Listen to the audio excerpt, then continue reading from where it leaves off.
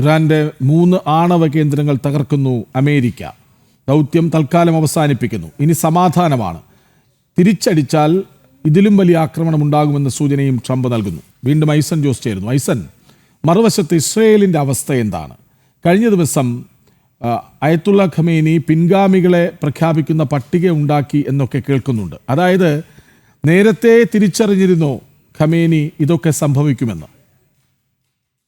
കൃഷ്ണരാജ്, ഈ ഇൻ്റലിജൻസ് സംവിധാനങ്ങൾ കുറേയൊക്കെ കാര്യക്ഷമമായി പ്രവർത്തിക്കുന്ന ഒരു രാജ്യം തന്നെയാണ് ഇറാൻ എന്നതാണ് യാഥാർത്ഥ്യം. അത്തരത്തിൽ ഇൻ്റലിജൻസ് സംവിധാനങ്ങൾ പ്രവർത്തിക്കുമ്പോൾ സ്വാഭാവികമായും നമുക്കറിയാവുന്നതാണ് അന്താരാഷ്ട്ര കപ്പൽ ഗതാഗതം, അതുപോലെ തന്നെ അന്താരാഷ്ട്ര വ്യോമ സംവിധാനങ്ങൾ, ഇത്തരത്തിലുള്ള വ്യോമ സംവിധാനങ്ങളെല്ലാം തന്നെ പ്രവർത്തിക്കുന്നത് ഇൻ്റലിജൻസ് വിവരങ്ങൾ ശേഖരിക്കാനും അത്തരത്തിലുള്ള പ്രവർത്തനങ്ങളെ സംബന്ധിച്ച് ഇൻ്റലിജൻസ് ഡാറ്റ ലഭ്യമാക്കാനും സാധിക്കുമെന്നാണ്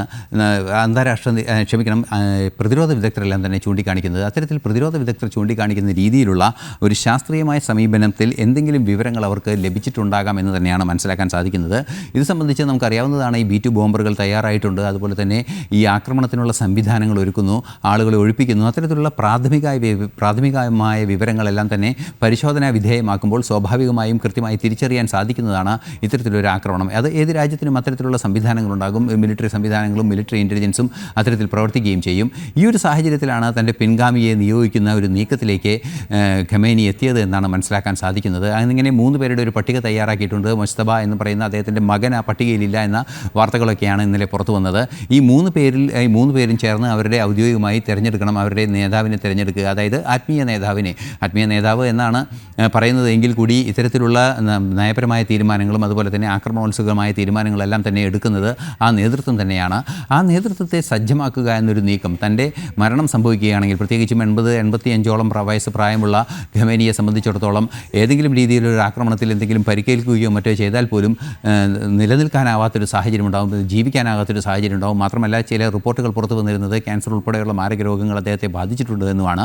ആ ഒരു സാഹചര്യത്തിൽ കൃത്യമായൊരു ആക്രമണം അമേരിക്കയുടെ ഭാഗത്തു നിന്നുണ്ടായാൽ ജീവൻ രക്ഷിക്കാൻ സാധ്യമാകില്ല. അത് ബങ്കർ ബസ്റ്റർ ബോംബുകൾ ഉപയോഗിക്കാനുള്ളൊരു നീക്കം അമേരിക്ക നടത്തുക കൂടി ചെയ്യുകയാണെങ്കിൽ, അമേരിക്കയുടെ ഭാഗത്തു നിന്ന് ഈ ബങ്കർ ബസ്റ്റർ ബോംബുകൾ ഉപയോഗിക്കുന്ന ഒരു നീക്കം നടത്തിയാൽ ആ ബങ്കർ ബസ്റ്റർ ബോംബുകൾ ഉൾപ്പെടെ ഉപയോഗിച്ച് ഈ ഖമേനി താമസിക്കുന്ന ഇടങ്ങൾ തകർക്കുക കൂടി ചെയ്യുകയാണെങ്കിൽ ഒരു തരത്തിലും രക്ഷപ്പെടാനുള്ള സാധ്യതയില്ല എന്ന തിരിച്ചറിവിൻ്റെ കൂടി അടിസ്ഥാനത്തിലാണ് പിൻഗാമികളെ നിയോഗിക്കാനുള്ളൊരു തീരുമാനമുണ്ടായത്. ഈ നിയോഗിക്കുന്ന പിൻഗാമികളിൽ ചില പ്രത്യേകതകളുണ്ട് എന്നാണ് അറിയാൻ സാധിക്കുന്നത്. മുസ്തഫയെ സംബന്ധിച്ചിടത്തോളം അദ്ദേഹം ഇത്തരത്തിലുള്ള ഒരു ആക്രമണോത്സുകമായ അല്ലെങ്കിൽ ആണവ സ്വഭാവത്തോടെയും അന്താരാഷ്ട്ര തലത്തിൽ ഒരു പ്രതിരോധ സ്വഭാവം സ്വീകരിച്ച് പ്രോക്സികളെ മുൻനിർത്തി ആക്രമണങ്ങൾ നടത്തുന്ന രീതികളോടൊക്കെ അടിസ്ഥാനപരമായ എതിർപ്പുള്ള ഒരു വ്യക്തിയാണ് എന്ന സൂചനയും സൂചന നേരത്തെ തന്നെ പുറത്തു വന്നിരുന്നു. അതുകൊണ്ടായിരിക്കാം മുസ്തഫ എന്ന് പറയുന്ന സ്വന്തം മകനെ തന്നെ പിൻഗാമികളുടെ പട്ടികയിൽ നിന്നും അദ്ദേഹം ഒഴിവാക്കുകയും ചെയ്തത്. നിലവിൽ 3 പേരുടെ പട്ടിക തയ്യാറാക്കിയിട്ടുണ്ട് എന്നാണ് അറിയാനും സാധിക്കുന്നത്. ആ പട്ടികയിൽ നിന്നും പരസ്പരം ചർച്ച ചെയ്ത് ഒരാളെ തിരഞ്ഞെടുക്കുക, തങ്ങളുടെ ഒരു മുതിർന്ന നേതാവിനെ തിരഞ്ഞെടുക്കുക, മുതിർന്ന നേതാവിനെ അസിസ്റ്റ് ചെയ്യുന്നതിന് 2 പേരെ ഉണ്ടാകുക. അത്തരത്തിലുള്ള നീക്കങ്ങളൊക്കെയാണ് ഖമേനിയുടെ ഭാഗത്തു നിന്നുണ്ടായത്. ഇതെല്ലാം തന്നെ ഒരു മുന്നൊരുക്കത്തിൻ്റെ ഭാഗമാണ് എന്ന കാര്യത്തിലും തർക്കമില്ല. ഇനി ഇസ്ലാമിക് റിപ്പബ്ലിക് ഓഫ് ഇറാൻ എന്ന് പറയുന്ന രാജ്യത്തെ എങ്ങനെ നയിക്കണമെന്ന് സംബന്ധിച്ച് ഈ ഇസ്ലാമിക സ്വഭാവത്തോടു കൂടി കൊണ്ടു നടക്കാനുള്ള ഒരു നീക്കത്തിൻ്റെ ഭാഗമായാണ് ഈ പിൻഗാമിയെ തിരഞ്ഞെടുക്കുന്ന ഉൾപ്പെടെയുള്ള നീക്കങ്ങൾ നടത്തിയത്. പക്ഷേ പിൻഗാമിയെ തിരഞ്ഞെടുക്കുന്നതിനുള്ള നീക്കങ്ങൾ നടത്തുന്നതിന് മുൻപ് തന്നെ, അല്ലെങ്കിൽ അത്തരത്തിൽ നിർദ്ദേശം നൽകുന്ന സാഹചര്യത്തിൽ തന്നെ വലിയ തോതിലുള്ള ആക്രമണം ഉണ്ടായിട്ടുണ്ടെന്നാണ് അറിയാൻ സാധിക്കുന്നത്. B-2 ബോംബറുകളും F-35 ബോംബറുകളും ഫൈറ്റർ ക്രാഫ്റ്റുകളും എല്ലാം തന്നെ ഉപയോഗിച്ച് ഈ പല ഇടങ്ങളിലുള്ള, അതായത് സമുദ്രത്തിൽ പലയിടങ്ങളിലും കേന്ദ്രീകരിച്ച പ്ലാറ്റ്ഫോമുകളിൽ നിന്നും അതുപോലെ തന്നെ യൂറോപ്യൻ രാജ്യങ്ങളിൽ നിന്ന് പോലും ആക്രമണം ഉണ്ടായിട്ടുണ്ടെന്നാണ് അറിയാൻ സാധിക്കുന്നത്. ഈ പ്രത്യേകിച്ച് ഈ B-2 ബോംബറുകൾ ഉപയോഗിക്കുന്നത് തന്നെ നമുക്ക് അറിയാവുന്നതാണ്. പ്രധാനമായത് ലക്ഷ്യം വെച്ചത്, അല്ലെങ്കിൽ അത് കേന്ദ്രീകരിക്കാൻ ലക്ഷ്യം വെച്ചത് ഡീഗോ ഗാർഷയും അതുപോലെ തന്നെ ഈ നേരത്തെ നമ്മൾ സൂചിപ്പിച്ചതുപോലുള്ള ഖോം എന്ന് പറയുന്ന ഈ പ്രദേശവുമാണ്. ഇന്ന് രാവിലെ അവിടെ സൈനിക വിന്യാസം നടത്തി എന്ന വിവരങ്ങളെല്ലാം തന്നെ പുറത്തു വരികയും ചെയ്തിരുന്നു. ഈ പ്രദേശങ്ങളിലെല്ലാം തന്നെ ആക്രമണം നടത്തുന്നതിനുള്ള സജ്ജീകരണങ്ങൾ അല്ലെങ്കിൽ സജ്ജമാക്കുന്ന സൈനിക സംവിധാനങ്ങൾ ഒരുക്കുന്ന നീക്കങ്ങൾ കൃത്യമായി നടക്കുകയും ചെയ്തിരുന്നു എന്നതാണ് യാഥാർത്ഥ്യം. ഇത്തരത്തിലുള്ള വലിയ തോതിലുള്ള ഒരു ആക്രമണത്തിനുള്ള കോപ്പുകൂട്ടൽ കൃത്യമായി തിരിച്ചറിഞ്ഞതിൻ്റെ കൂടി അടിസ്ഥാനത്തിൽ തന്നെ ആയിരിക്കണം ഒരു പക്ഷേ ഈ 3 പേരുടെ പട്ടിക തയ്യാറാക്കിയിരിക്കുന്നത്. പക്ഷേ നിലവിലെ സാഹചര്യങ്ങളിൽ ഇപ്പോൾ നമുക്ക് ലഭ്യമാകുന്ന വിവരങ്ങളുടെയും മറ്റും അടിസ്ഥാനത്തിൽ ഒരു തരത്തിലും ഈ 3 പേരിൽ അധികാരം ചെന്നെത്താനുള്ള സാധ്യത ഇല്ല എന്ന് തന്നെയാണ് മനസ്സിലാക്കേണ്ടത്. അത് കുറേ കൂടി അന്താരാഷ്ട്ര തലത്തിലുള്ള ചർച്ചകളുടെ എല്ലാം ഭാഗമായി അത് നടപ്പാകും എന്ന് തന്നെയാണ് പ്രതീക്ഷിക്കുന്നത്. 1979 നടന്ന ഇസ്ലാമിക വിപ്ലവത്തിന് ശേഷം ഇസ്ലാമിക് രാജ്യമായ ഇറാൻ ഒരു പക്ഷേ ഈ ആക്രമണത്തോടെ, അതായത് തങ്ങളുടെ ഈ ഫോഡോ, അതുപോലെ തന്നെ ഇസ്ഫാൻ, അതുപോലെ തന്നെ നെറ്റാൻസ് ആണവ താവളങ്ങളിൽ നടന്ന ആക്രമണം ആക്രമണത്തോടെ ദുർബലമായി തീർന്ന ഈ ഇസ്ലാമിക് റിപ്പബ്ലിക്ക് ഒരു പക്ഷേ ഒരു ജനാധിപത്യ റിപ്പബ്ലിക്കായി മാറാനുള്ള സാധ്യത ഈ ആക്രമണത്തോടെ ഉണ്ടാകാനുള്ളൊരു സാധ്യത ഒട്ടും തന്നെ തള്ളിക്കളയാനാവില്ല. അങ്ങനെയെങ്കിൽ ഈ റെജിം ചേഞ്ച് അല്ലെങ്കിൽ ഈ സംവിധാനത്തിൻ്റെ ഒരു മാറ്റം അടിയന്തരമായി ഉണ്ടാകുന്നതിനുള്ള നടപടികൾ തുടർച്ചയായി ഉണ്ടാകുകയും ചെയ്യുകയാണെങ്കിൽ തീർച്ചയായും ഇറാൻ പശ്ചിമേഷ്യയിലെ ഭീഷണി അല്ലാതാകുന്നൊരു സാഹചര്യം ഉണ്ടാകും. പശ്ചിമേഷ്യയിലെ ഇറാൻ്റെ ശേഷി ഇപ്പോൾ തന്നെ ഇറാനെ സംബന്ധിച്ചിടത്തോളം പ്രോക്സികളെല്ലാം തന്നെ ദുർബലമായി കഴിഞ്ഞുന്ന ഒരു സാഹചര്യം ഉണ്ടാകും. പ്രോക്സികളൊന്നും തന്നെ ആക്രമണോത്സുകമായി നീങ്ങാനുള്ള സാധ്യത ഇല്ല എന്ന് തന്നെയാണ് മനസ്സിലാക്കാൻ സാധിക്കുന്നത്. അങ്ങനെയെങ്കിൽ ഈ പ്രോക്സികൾക്ക് എന്താണോ അവരുടെ ശേഷി അല്ലെങ്കിൽ അവരുടെ പ്രതിരോധത്തിനുള്ള ആത്മവിശ്വാസം നൽകിയിരുന്നത് ഈ ആണവായുധങ്ങളായിരുന്നുവെങ്കിൽ ഇന്ന് ആണവായുധങ്ങളില്ലാതായിരിക്കുന്നു. സ്വാഭാവികമായും ഇറാനിൽ ഒരു പക്ഷേ വലിയൊരു ഭരണമാറ്റത്തിലേക്ക് പശ്ചിമേഷ്യയുടെ അടിസ്ഥാനപരമായ സ്ട്രക്ചർ തന്നെ മാറുന്ന, ഭീകരരുടെ അസാന്നിധ്യം ഇല്ലാതാകുന്ന, ഇസ്രായേൽ ഉൾപ്പെടെയുള്ള രാജ്യങ്ങൾ സുരക്ഷിതമാകുന്ന ഒരു സാഹചര്യത്തിലേക്ക് നീങ്ങാനുള്ള സാധ്യത ഒട്ടും തന്നെ തള്ളിക്കളയാനാവില്ല എന്ന ഒരു രാഷ്ട്രീയ നിലപാടിലേക്ക് ലോകം പോകുന്നു എന്നും നമുക്ക് മനസ്സിലാക്കാനും സാധിക്കുന്നുണ്ട്. ഐസൻ, ഇറാൻ ഇനി എന്ത് ചെയ്യാനാണ്? അതായത് കഴിഞ്ഞ ദിവസം നമ്മൾ വാർത്ത നൽകിയിരുന്നു, ചൈനയുടെ 3 ചരക്ക് വിമാനങ്ങൾ അവിടേക്ക് പറന്നെത്തിയിരുന്നു എന്ന വാർത്തകൾ ഉണ്ടായിരുന്നു. ചൈനയുടെ പിന്തുണ ഉണ്ടാകുമെന്ന സാധ്യത, തുർക്കി ഒരുപക്ഷെ കൂടെ നിൽക്കും എന്ന പ്രതീക്ഷ. ഇനി ഇറാൻ എന്ത് ചെയ്യാനാകും? തിരിച്ചാക്രമിക്കും എന്നോ അതോ സമാധാനമാണ് വഴിയെന്ന് തിരിച്ചറിയുമെന്നോ? കൃഷ്ണനെ തിരിച്ചാക്രമിക്കുക എന്നത് ഒട്ടും പ്രായോഗികമല്ല എന്ന് തന്നെയാണ് മനസ്സിലാക്കാൻ സാധിക്കുന്നത്. നിലവിലെ സാഹചര്യത്തിൽ തിരിച്ചാക്രമണം നടത്തുകയാണെങ്കിൽ തീർച്ചയായും ഇസ്രായേലും അതുപോലെ തന്നെ അമേരിക്കയും സുസജ്ജമായ ഒരു സംവിധാനമായി നിലനിൽക്കുന്നുണ്ട്.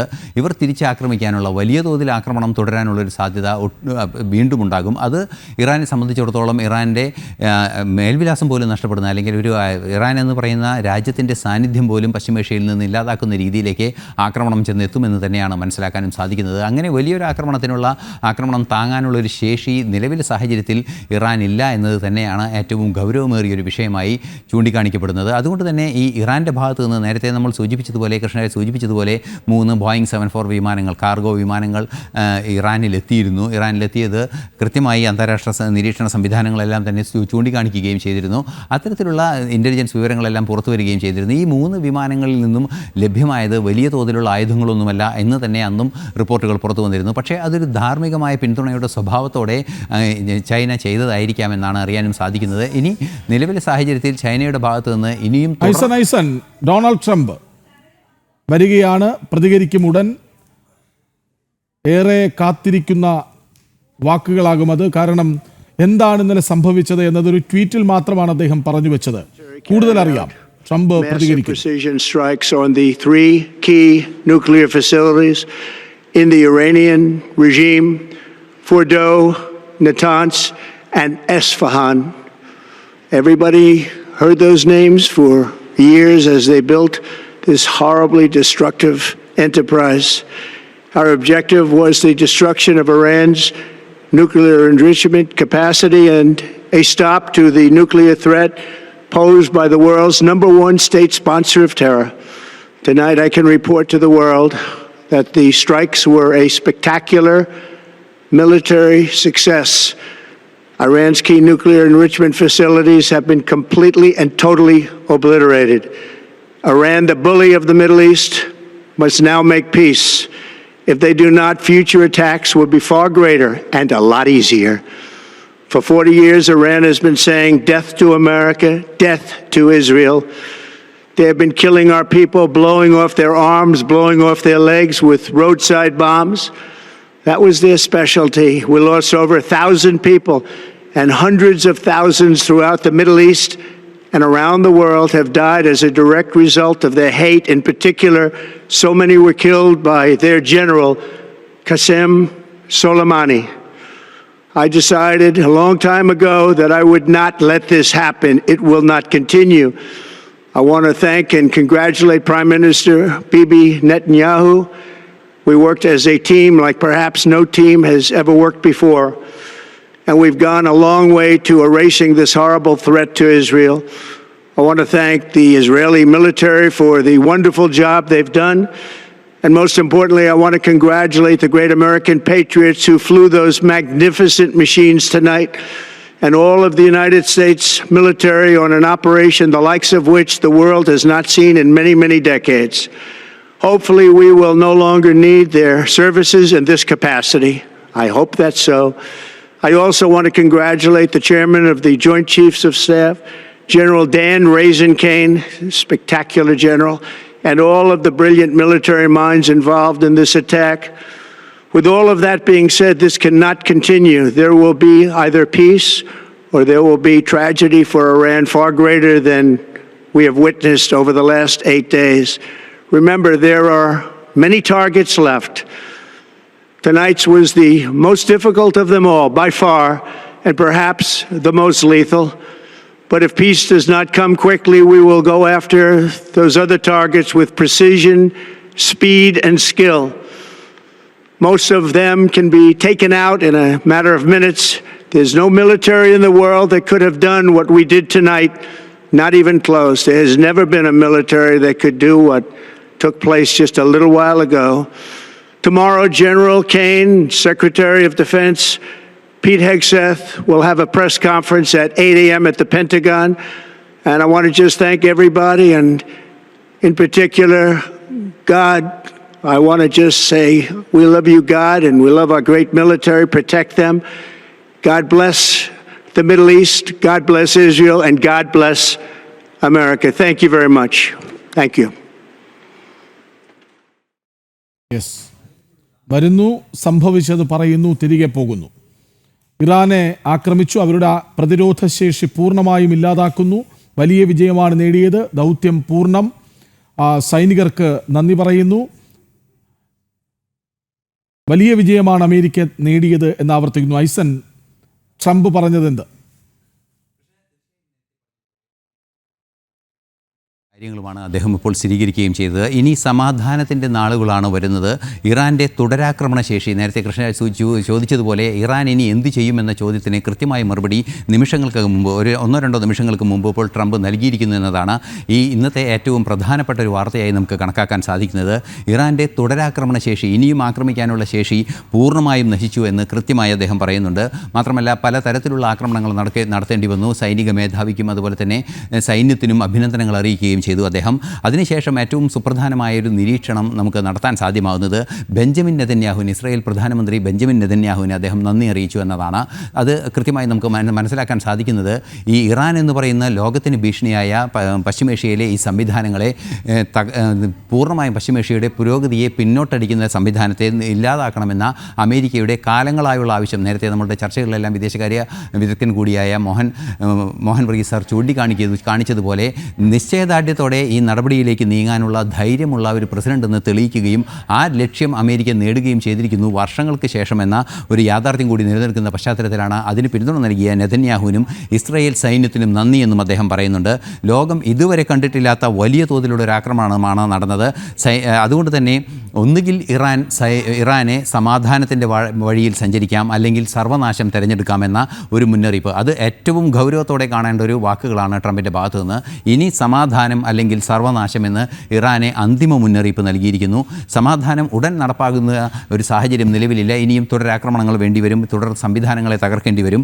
അതുകൊണ്ട് തന്നെ തുടരാക്രമണങ്ങൾ തുടർച്ചയായി ഉണ്ടാകുമെന്ന് തന്നെയാണ് അദ്ദേഹം പറയുന്നത്. മാത്രമല്ല, നാളെ പീറ്റ് ഹെഗ്സത്തും ഈ സൈനിക മേധാവിയും തമ്മിലുള്ള ഒന്നിച്ച ഒരു വാർത്താ സമ്മേളനം ഉണ്ടാകും. അതിൽ കൂടുതൽ വിവരങ്ങൾ ലഭ്യമാക്കാനാകുമെന്നാണ് ഇപ്പോൾ ട്രംപ് അറിയിച്ചത്.